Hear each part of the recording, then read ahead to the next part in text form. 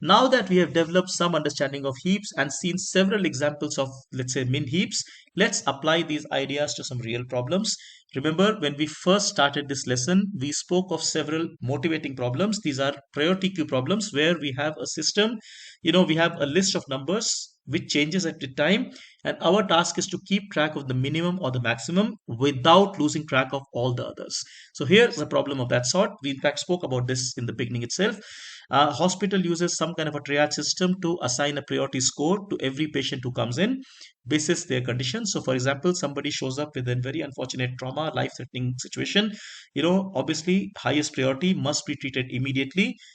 We assign a score of 1. Somebody else shows up with a lesser, let's say, urgent situation, must be treated all right, but need not be treated immediately, so we assign a score of 30, which is the lowest priority. If you are managing this if you are the person who's deciding who goes next, basically you have this list of patient priorities available to you. We need to keep updating this, obviously, because new patients come in, old patients go out, and so on and so forth.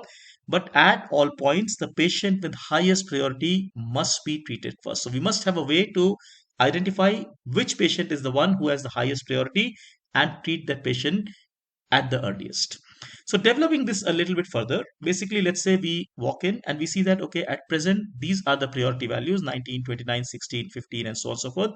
Clearly, for example, this patient with the priority score of 29 perhaps is, let's say, not needing treatment right away compared to somebody whose priority score is 3. So this person definitely needs to be treated much ahead of everybody else.